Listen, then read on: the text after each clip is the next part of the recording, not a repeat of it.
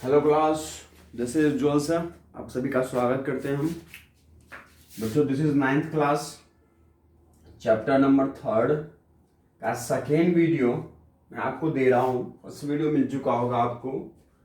तो बच्चों अब हम लोग इस वीडियो में कवर करने वाले हैं सबसे पहले, ठीक है, वो है 3.3 टॉपिक, है ना, जिसका नाम क्या है कि अणु क्या है। ठीक है, अणु क्या है ना बच्चों। सबसे पहले तो हम लोग कवर करने वाले हैं कि अणु क्या है ना। सबसे हम लोग कवर करने वाले हैं क्या कि अणु जो है वह क्या है।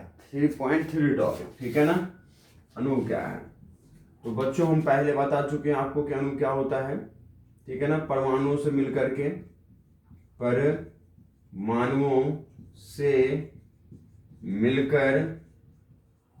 परमाणुओं से मिलकर अणुओं का निर्माण होता है। परमाणुओं से मिलकर अणुओं का निर्माण होता है, ठीक है, अणुओं का निर्माण होता है, ठीक है, ये बता चुके हैं आपको बच्चों। ओके, परमाणु से मिलकर अणुओं का निर्माण होता है।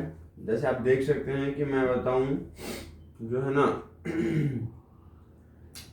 एक मैंने सी ले लिया, ठीक है, और एक मैंने O2 ले लिया, ठीक है। यहाँ पे ये एक परमाणु है। यह बच्चों जो है ना ये किसी परमाणु का जो है ना संख्या है, अधिक संख्या है। तो ये भी दो परमाणु हुए, ये एक परमाणु हुआ, ये मिलकर के क्या बनाए, CO2 का निर्माण किया, ठीक है ना बच्चों। तो ये क्या बन गया, ये हमारा अणु बन गया, ठीक है। या फिर कह सकते हैं बच्चों यहाँ जो O2 बना था, ये O2 बना होगा किससे, ऑक्सीजन प्लस ऑक्सीजन से, ठीक है ना। ये दो ऑक्सीजन परमाणु की संख्या मिली होगी तब जाके मुझे क्या मिला होगा, O2 मिला होगा। तो परमाणु से मिलकर के अणुओं का निर्माण होता है, ठीक है बच्चों। चलिए 3.3.1 में आते हैं, ठीक है। जल्दी से हम लोग बस अवधारणाओं को जानते हैं, समझते हैं। उसके बाद जो बच्चों नेक्स्ट टॉपिक आपका वह है कि भैया तत्व के अणु क्या होते हैं। 3.3.1 है कि तत्व के अणु, ठीक है ना बच्चों। इसका अवधारणा है, देख रहे हैं शॉर्ट में मैं एकदम बिल्कुल क्लियर कर रहा हूं आपको चैप्टर को। वे तत्व के अणु क्या होते हैं बच्चों कि एक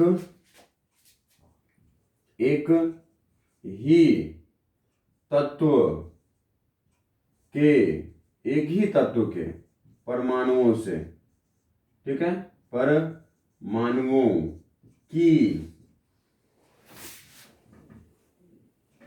परमाणुओं की दो या दो से अधिक संख्या, ठीक है, संख्या से मिलकर बना द्रव्य पदार्थ क्या कहलाता है बच्चों, तत्व के अणु कहलाते हैं, ठीक है ना। तत्व के अणु कहलाते हैं, तत्व के हमारे अणु कहलाते हैं, ठीक है बच्चों, तत्व के अणु कहलाते हैं। एग्जाम्पल आप देख सकते हैं O2 बच्चों, N2 बच्चों, Cl2 देख रहे हैं आप, ये केवल ऑक्सीजन है ना, ऑक्सीजन तत्व के परमाणु से मिलकर बना है। ये केवल नाइट्रोजन तत्व के परमाणु से मिलकर बना है, ठीक है ना। एक ही तत्व, ये केवल ऑक्सीजन तत्व है, ये नाइट्रोजन तत्व है, ये क्लोरीन तत्व ही है बच्चों। ये ऑक्सीजन तत्व का दो परमाणु मिलकर के O2 बनाया है, बोलिए हाँ है ना। ये जो N2 है बच्चों, ये नाइट्रोजन तत्व, एक ही तत्व है जो है नाइट्रोजन तत्व, उसके दो परमाणु मिलकर के N2 का निर्माण किया है। क्लोरीन, जैसे बच्चों हमने कहा दो से अधिक का एग्जाम्पल क्या होगा, जैसे कि O3 बच्चों, हम लोग इसको तो ऑक्सीजन कहते हैं, नाइट्रोजन क्लोरीन, इसको बच्चों हम लोग ओजोन कहते हैं, है ना। इसको हम लोग क्या कहते हैं, ओजोन, जब ऑक्सीजन के 3 परमाणु हो, ओजोन कहते हैं, है ना। तो बच्चों यहाँ पे ऑक्सीजन का 3 परमाणु था आपके पास, तो ये ऑक्सीजन नाम के तत्व का कितना परमाणु, 3 परमाणु, 2 से अधिक हो गया तो वो क्या हो गया, ओजोन बन जाता है। समझ में आ गई आपको, एकदम खटाखट समझ में आ रहा हो, बिल्कुल आगे बढ़िएगा बच्चों। अब है बच्चों नेक्स्ट टॉपिक आपका 3.3.2, ठीक है। मैं आपको क्लास में ये सब बता रहा हूँ, फिर भी मैं जो है मैंने आपको बिल्कुल है ना छोटे प्रारूप में मैंने आपको बच्चों रिवीजन करवा दिया, ठीक है। चैप्टर समझ पा रहे हैं आप, चैप्टर क्या है ये, ठीक है। देखिएगा नेक्स्ट है बच्चों आपका 3.3.2। इसमें क्या कहा गया है कि भैया यौगिक के अणु, किसके अणु, यौगिक के अणु क्या होते हैं सर यौगिक के अणु क्या होते हैं, ठीक है। तो बच्चों विभिन्न तत्वों के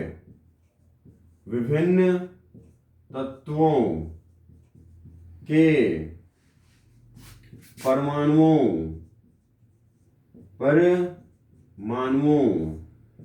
की दो या दो से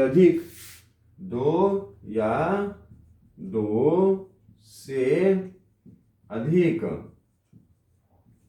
संख्या से मिलकर यौगिक का अणु बनता है। किसका अणु बनता है बच्चों, यौगिक का अणु कहलाता है, ये यौगिक का अणु कहलाता है, ठीक है। यौगिक का अणु कहलाता है, बोलिए हाँ या ना। ऐसे देखिए उदाहरण बच्चों, एक से अधिक तत्व, जैसे हमारे क्या कि यहाँ पर बच्चों H2 मिला और O2 मिला, है ना, और ये H2O का निर्माण किया। तो ये जो हमारे H2O बचे वो क्या कहलाए, यौगिक के अणु। किसके अणु, यौगिक के अणु। अणु क्या होता है समझा दिया आपको, तत्व के अणु क्या होते हैं वो भी समझा दिया मैंने आपको। अब ये यौगिक के अणु पे पहुंच चुके हम लोग बच्चों। ये हाइड्रोजन तत्व, ये ऑक्सीजन तत्व, ये हाइड्रोजन तत्व के दो परमाणु, ऑक्सीजन तत्व के दो परमाणु, तो दो से अधिक परमाणु, दो परमाणु या फिर दो से अधिक, समझ गए ना। जैसे बच्चों मैं H ले लिया और Cl ले लिया, अब Cl का 2 ले लिया, है ना। क्लोरीन भी दो संख्या में होती है, ठीक है ना। तो बच्चों इस तरह से ले लिया, ठीक है ना।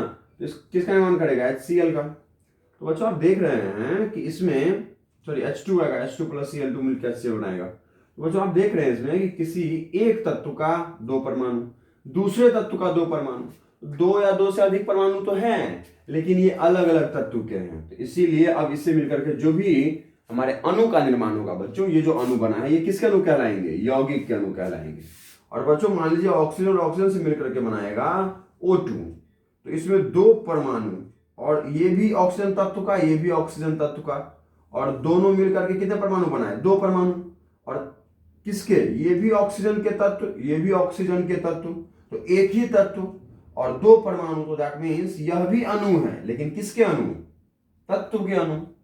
ये अलग अलग तत्व के हैं, इसीलिए ये यौगिक के अणु। ये समझ में आ गई होगी एकदम, लिखा भी मैंने, विभिन्न तत्वों के परमाणुओं की दो या दो से अधिक संख्या से मिलकर यौगिक अणु का, ठीक है, यौगिक अणु का निर्माण होता है। कहलाता के बदले आप क्या लिख सकते हैं, निर्माण होता है। समझ में हो गई आपको, आ गई होगी।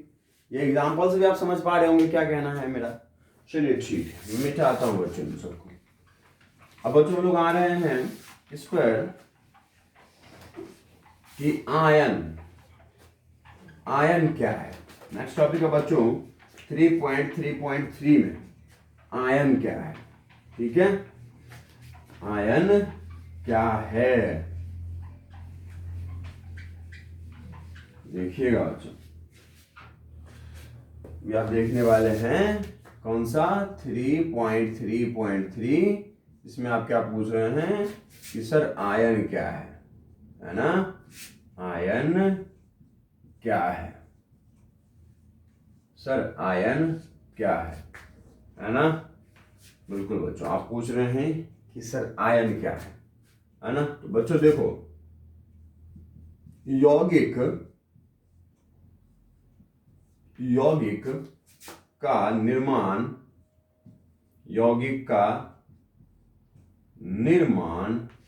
है ना बच्चों, यौगिक का जो निर्माण होता है, जो यौगिक का निर्माण, ठीक है, परमाणुओं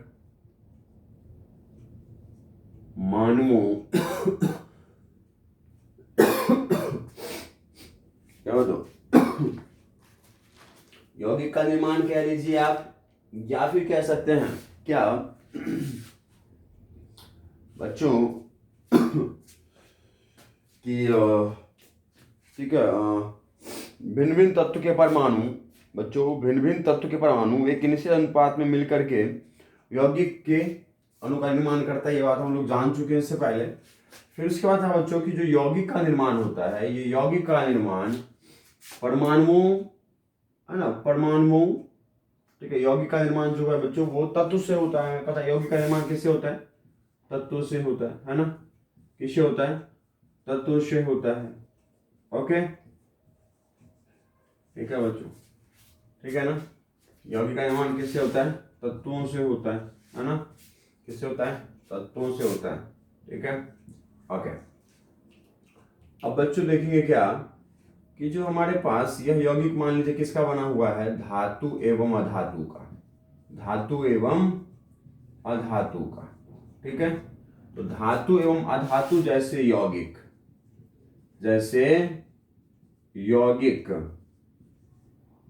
यौगिक, ठीक है, यौगिक जो हमारे आवेशित, आवेशित, आवेशित, ठीक है, कणों से, आवेशित कणों से मिलकर बने होते हैं, ठीक है। आवेशित कणों से मिलकर बने होते हैं बच्चों, ठीक है। ये जो बच्चों हमारे पास जो धातु एवं अधातु है ना, जैसे धातु एवं अधातु से, ठीक है, मिलकर, या फिर धातु एवं अधातु के यौगिक, धातु एवं अधातु के यौगिक बच्चों आवेशित कणों से मिलकर बने होते हैं, ठीक है ना। धातु और बच्चों ये अधातु से मिलकर के मेरे पास एक किसका निर्माण हो गया? यौगिक का, ठीक है ना बच्चों। ये धातु और अधातु मिलकर के क्या बना रहा है? मुझे एक यौगिक दे रहे हैं। दैट मीन्स बच्चों कि यहाँ पर ये जो धातु है और ये जो अधातु है, ये हमारे पास क्या होंगे? ये हमारे पास आवेशित, जो ये हमारे पास आवेशित कण होंगे, ठीक है ना, आवेशित कण होंगे।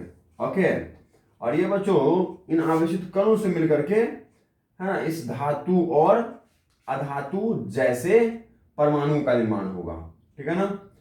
आवेशित कणों से मिलकर के धातु एवं अधातु जैसे परमाणु का निर्माण होगा, जिससे किसका निर्माण हो जाएगा? यौगिक का।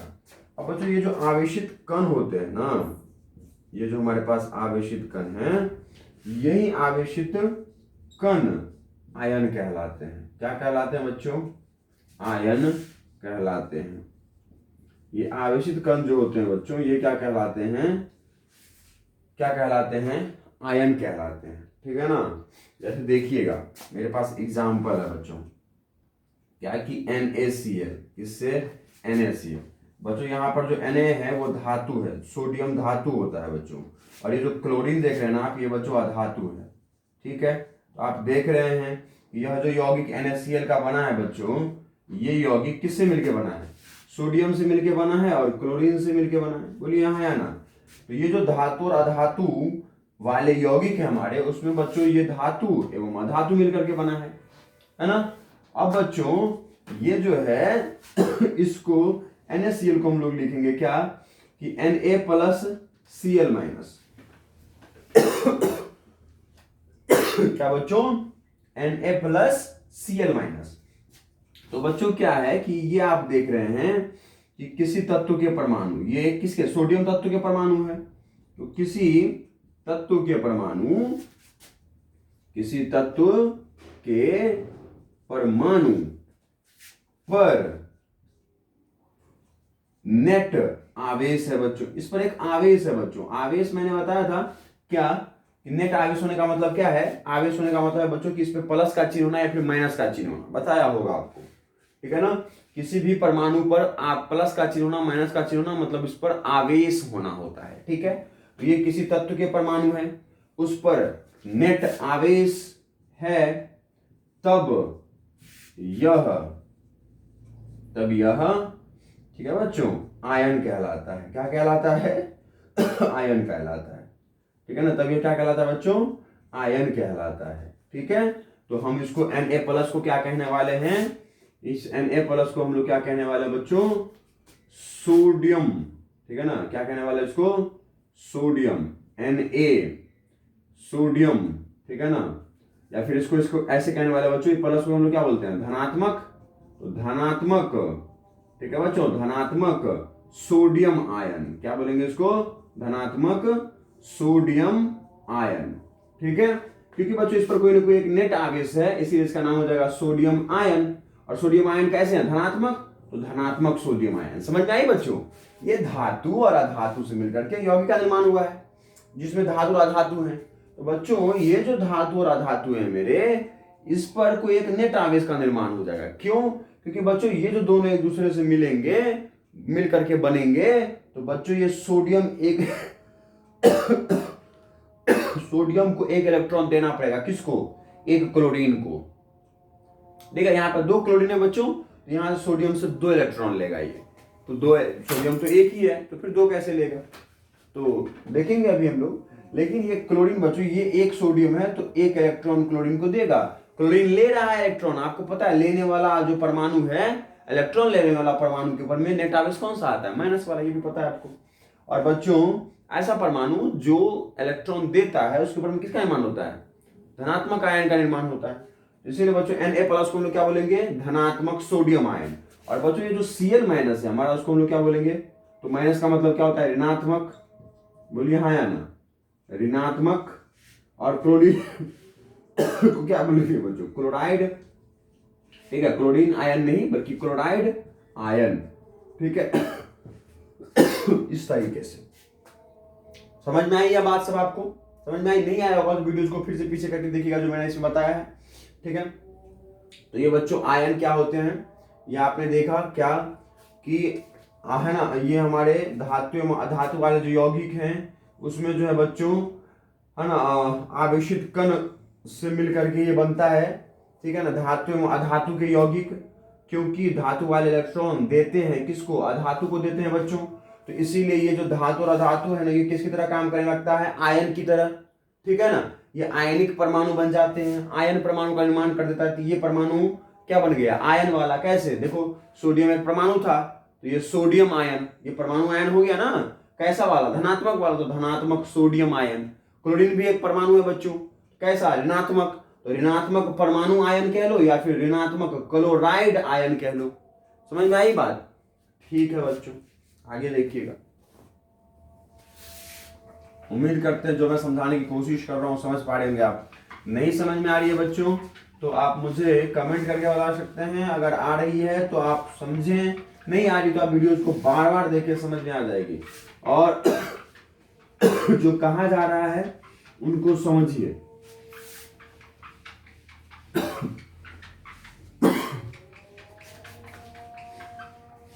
अब देखिए बच्चों, अब क्या है इसमें?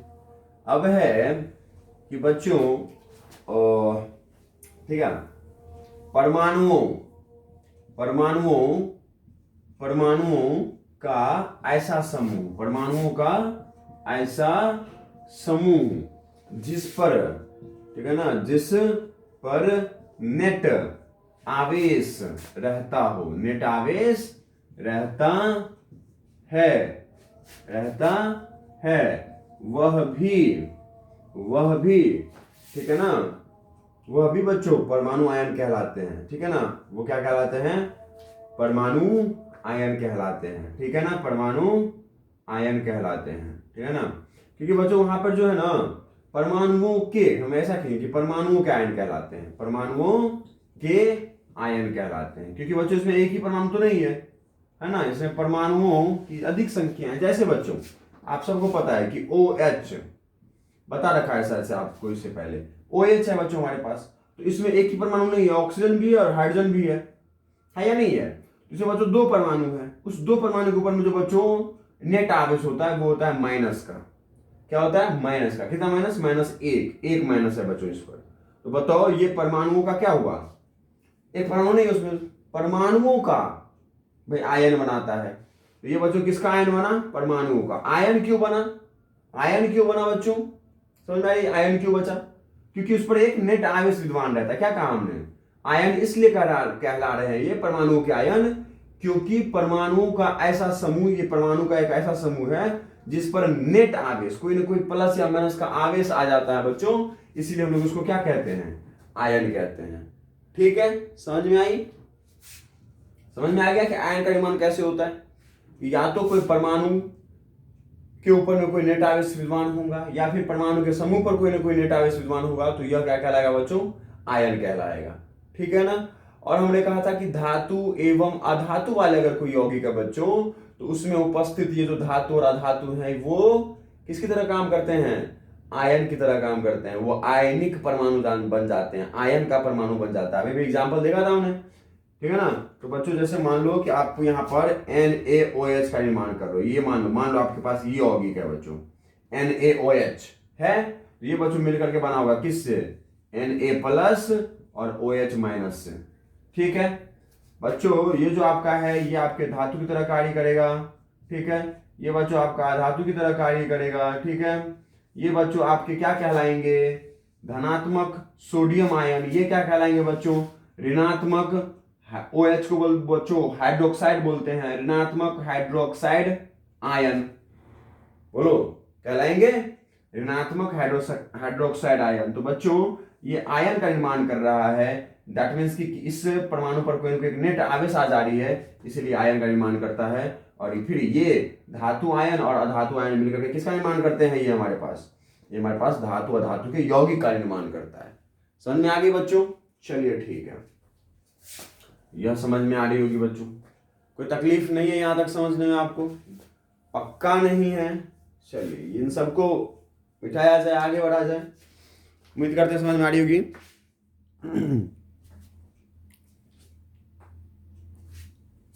चलिए आगे बढ़ते हैं बच्चों।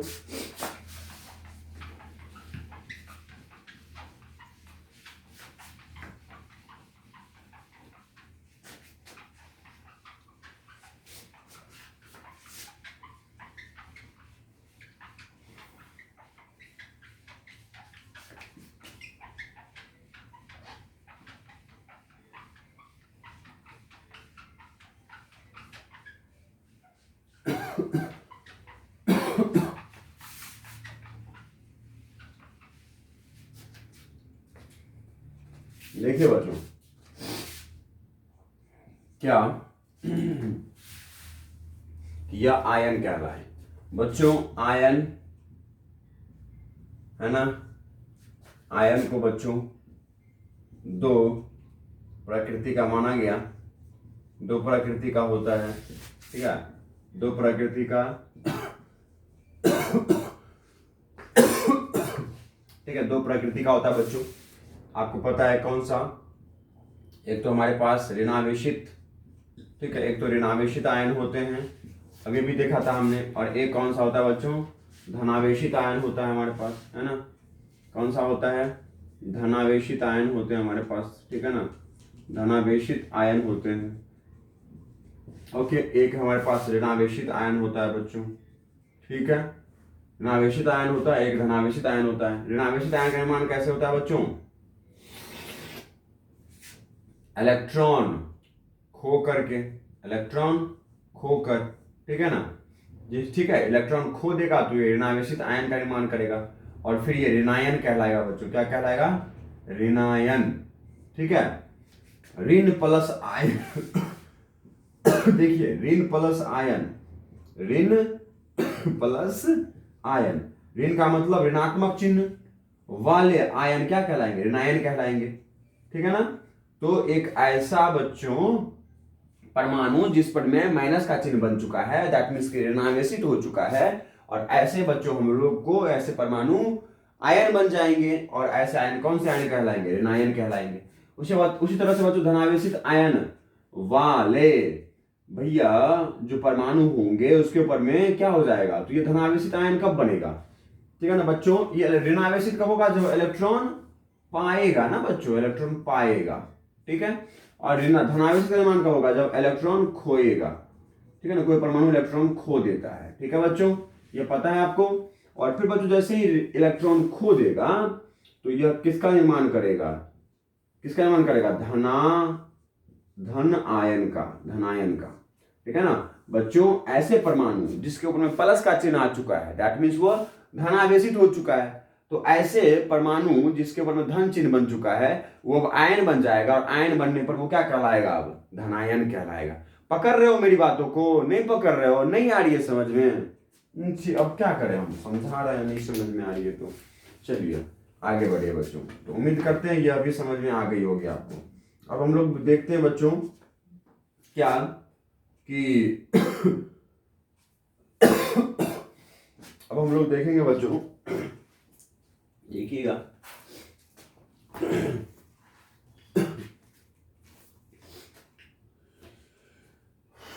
अब हम लोग देखेंगे बच्चों, है ना, कि रासायनिक सूत्र लिखना। या बच्चों मैं जो है ना एक पद बता रहा हूं आपको, क्या कि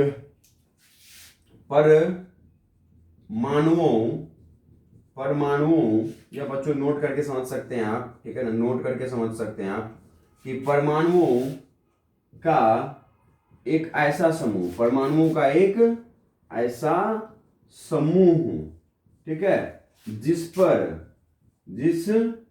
नेट आवेश होता है, जिस पर नेट आवेश होता है, जिस पर नेट आवेश होता है, ठीक है, नेट आवेश होता है, उसे हम लोग बच्चों बहुपरमाणुक आयन कहते हैं। उसे क्या बोलते हैं, बहुपरमाणुक आयन कहते हैं, ठीक है ना बच्चों, बहुपरमाणुक आयन कहते हैं। समझाता हूं, रुक जाओ। देखो अभी भी तो समझाया हमने, परमाणुओं का एक ऐसा समूह जिस पर नेट आवेश हो, अभी भी तो मैंने समझाया है बच्चों। जैसे NO2 है, ठीक है, NO2 है बच्चों, ठीक है, NO2 है, इसको हम लोग नाइट्रेट कहते हैं बच्चों। इसमें देखो नाइट्रोजन है और ऑक्सीजन है, कौन कौन है, नाइट्रोजन है और ऑक्सीजन है, समझ रहे हो ना, बिल्कुल।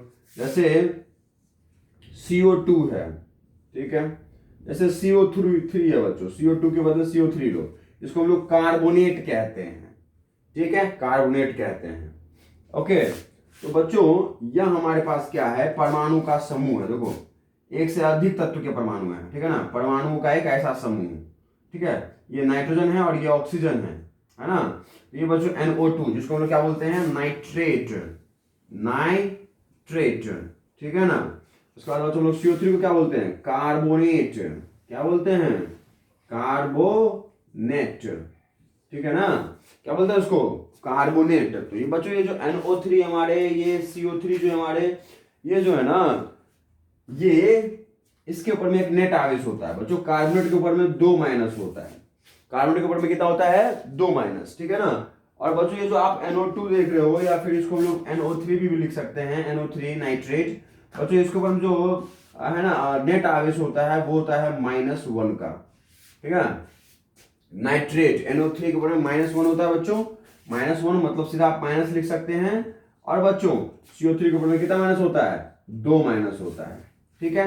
तो देख लो ये हमारे परमाणुओं का समूह था, परमाणुओं का समूह था जो किसका निर्माण कर रहा था, नेट आवेश का निर्माण कर रहा था। इसके ऊपर में 1 2 है ना भैया, एक तत्व से अधिक तत्व के परमाणु, इसके ऊपर में कोई है ना आवेश का चिन्ह निर्माण हो जाए, चाहे वो ऋण आवेश चाहे वो धन आवेश का, तब ये क्या कहलाएंगे, ये बच्चों बहुपरमाणुक आयन कहलाएंगे। बहुपरमाणु का मतलब कि विभिन्न तत्व के अधिक परमाणु है इसमें, इसीलिए विभिन्न है ना बहुपरमाणुक आयन कहलाएंगे। आयन क्यों कहलाए, क्योंकि या तो प्लस का चिन्ह दिख गया इसके ऊपर में, या फिर माइनस का चिन्ह दिख गया। समझ में आ रही है, यहाँ पे माइनस का चिन्ह दिख गया, यहाँ पे माइनस का चिन्ह दिख गया, तो बच्चों इसके ऊपर में चिन्ह दिख गया इसलिए आयन बन गया, और आयन बना है तो ये विभिन्न तत्व के परमाणु हैं, इसलिए बहुपरमाणुक आयन कहलाया। समझ में आ गई बात, पक्का नहीं आया होगा, मुझे उम्मीद है कि नहीं आया होगा आपको, मिला दिया जाए इन सबको, चलो ठीक है। अभी देखो आगे समझना बच्चों। अब है बच्चों रासायनिक सूत्र लिखना। आप नेक्स्ट टॉपिक पे पहुंच रहे हैं, जो कि है क्या कि रासायनिक सूत्र लिखना, जो कि आप 3.4 पे पहुंच चुके हैं, ठीक है बच्चों। किस पे पहुंच चुके हैं आप, 3.4 पर, ठीक है। 3.4 पर पहुंच चुके हैं आप, जहां पर आप कहाँ लिख रहे हैं, रासायनिक सूत्र लिखना। क्या लिखना, रासायनिक सूत्र लिखना, ठीक है ना, रासायनिक सूत्र लिखना। बच्चों रासायनिक सूत्र कैसे लिखेंगे आप, रासायनिक सूत्र तब लिख पाएंगे आप जब आपको संयोजकता पता होगा। क्या पता होगा, किसी, ठीक है, किसी भी परमाणु का क्या पता हो, संयोजकता पता हो, ठीक है, संयोजकता पता हो। ओके, दूसरे नंबर पर बच्चों, दूसरे नंबर पर, ठीक है, रासायनिक सूत्र लिखना है आपको। 3.4 टॉपिक पे पहुंच रहा है, रासायनिक के क्या लिखना है, सूत्र। रासायनिक सूत्र लिखने के लिए बच्चों आपको क्या पता होना चाहिए, संयोजकता पता होनी चाहिए, ठीक है, क्या पता होना चाहिए, संयोजकता पता होना चाहिए। ऊपर से, ठीक है ना, ऊपर से उस तत्व है ना, आप रासायनिक सूत्र किसका लिखेंगे, यौगिक का, ठीक है, अणु का, ठीक है ना, या तो अणु या तो बच्चों, ठीक है ना, या तो अणु या तो यौगिक, ठीक है, ठीक है, इसके सूत्र, ठीक है ना, या तो अणु का लिख रहे होंगे या तो यौगिक का लिख रहे होंगे। तो इसके सूत्र में उपस्थित, इसके सूत्र में उपस्थित तत्व के परमाणु की जानकारी हो आपको, उपस्थित तत्व के परमाणु ज्ञात हो, ठीक है, क्या हो, ज्ञात हो। मैं मान लो कार्बन डाइऑक्साइड हमने कह दिया है कि यौगिक है बच्चों, तो मुझे इस यौगिक में कार्बन डाइऑक्साइड में मुझे ये नहीं पता कि कार्बन और ऑक्सीजन आएंगे, तो आपको ये पता होना चाहिए, ठीक है ना, संयोजकता पता होना चाहिए आपको। तो आप क्या लिख पाएंगे, रासायनिक सूत्र लिख पाएंगे, ठीक है, समझ में आई। अब आते हैं बच्चों रासायनिक सूत्र लिखने का तरीका। रासायनिक सूत्र लिखने का विधि, लिखने का विधि, तरीका क्या है बच्चों, विधि क्या है रासायनिक सूत्र लिखने का। तो विधि है बच्चों, सबसे पहले क्या, कि मान लीजिए हमारे पास कोई यौगिक जो है बच्चों, जो यौगिक है ठीक है, यौगिक उसमें कौन कौन है बच्चों, धातु है एवं अधातु है, ठीक है। तो बच्चों सबसे पहले इस रासायनिक सूत्र में हम लोग, इस रासायनिक सूत्र में बच्चों सबसे पहले धातु को, बाद में अधातु को लिखते हैं। सबसे पहले धातु, फिर अधातु, फिर अधातु। एग्जाम्पल देखिएगा, जैसे बच्चों आप एग्जाम्पल देखिएगा, अभी आप देखे हुए थे, जैसे बच्चों हो गया मेरे पास Na2O सोडियम ऑक्साइड। तो बच्चों इसमें सोडियम जो है मेरे पास धातु है, ऑक्सीजन मेरे पास अधातु है, ठीक है ना। तो बच्चों सबसे पहले हम लोग सोडियम को लिखे हैं, उसके बाद ऑक्सीजन को लिखे हैं, इसमें देख रहे हैं आप। तो समझ में आई, समझ में आ गई, पहला पॉइंट। दूसरा पॉइंट है बच्चों, दूसरा पॉइंट है कि बहुपरमाणुक अणु, कौन से, बहुपरमाणुक, ठीक है, बहुपरमाणुक है ना, आयन की संख्या, बहुपरमाणुक आयन की संख्या एक से अधिक होने पर, एक से अधिक होने पर, ठीक है ना, एक से अधिक होने पर उस आयन का यौगिक में संख्या, उस आयन का यौगिक में संख्या, ठीक है, संख्या इस बहुपरमाणुक आयन को, इस बहुपरमाणुक आयन को कोष्ठक के अंदर, ठीक है ना बच्चों, कोष्ठक के अंदर बंद करके फिर लिखते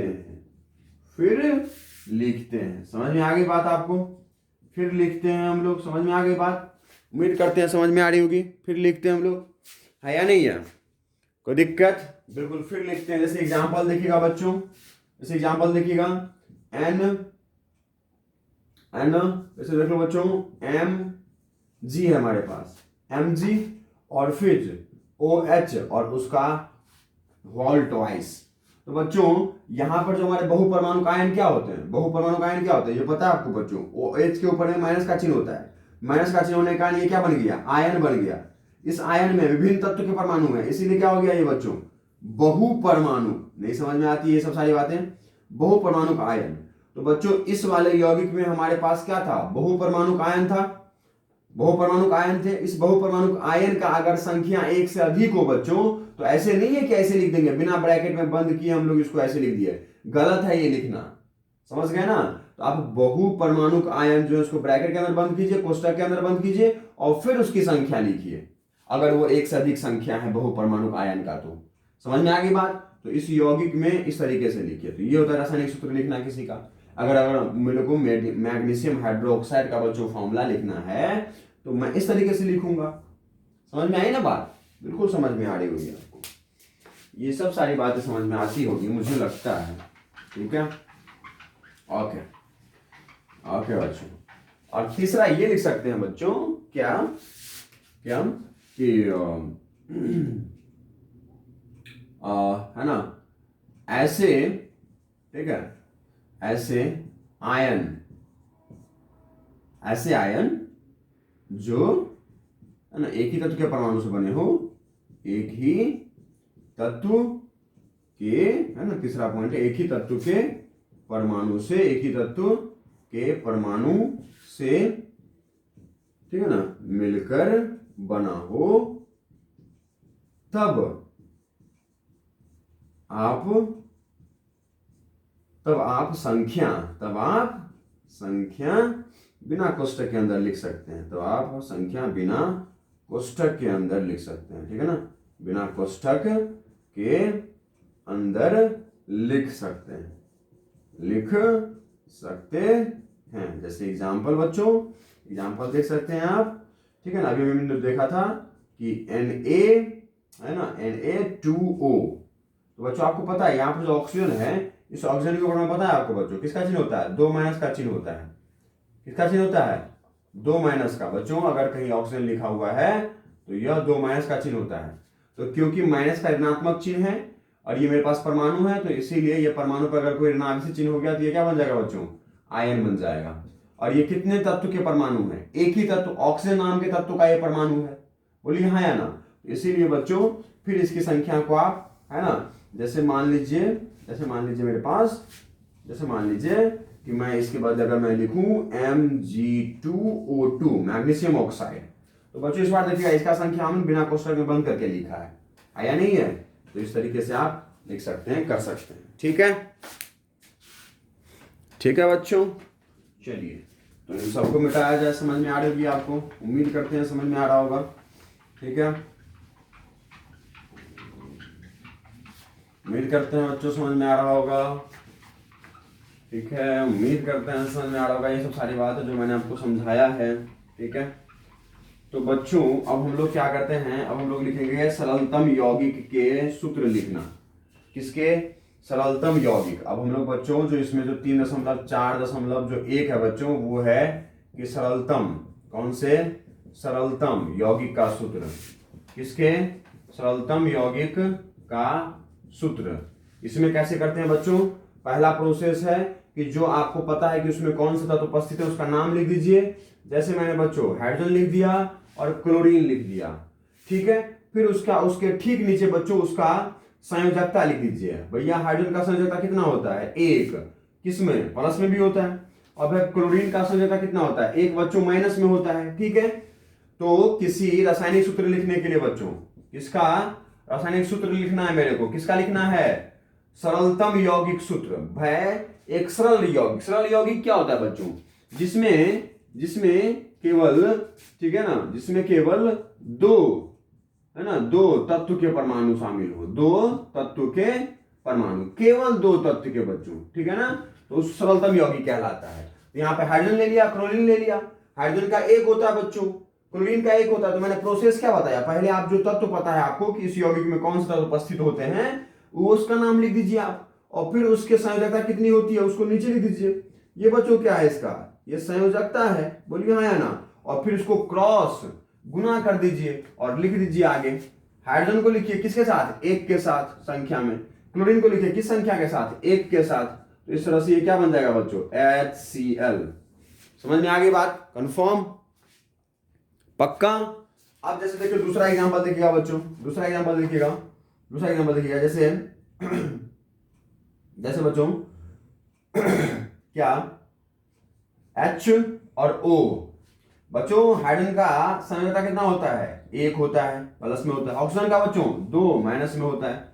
इसको क्या कीजिए, इसमें केवल 2 तत्व उपस्थित हैं, दोनों तत्व का मैंने नाम लिख दिया, उसके नीचे मैंने संयोजकता लिख दी और इसको क्रॉस गुना कर दिया। तो ये सरलतम यौगिक है बच्चों, इसका सूत्र लिखना, रासायनिक सूत्र लिखना आसान है। कैसे, हाइड्रोजन को लिखिए यहाँ पर कितनी संख्या में, 2, तो 2 लिखिए। ऑक्सीजन लिखिए बच्चों कितनी संख्या में, 1 संख्या में, तो 1 लिख दीजिए। नहीं लिखेंगे फिर भी चलेगा, तो इसको हम लोग H2O लिख सकते हैं। बोलिए हाँ या ना। तो ये बच्चों यहां तक जो है आपको समझ में आ गया होगा। आज की क्लास इतना ही।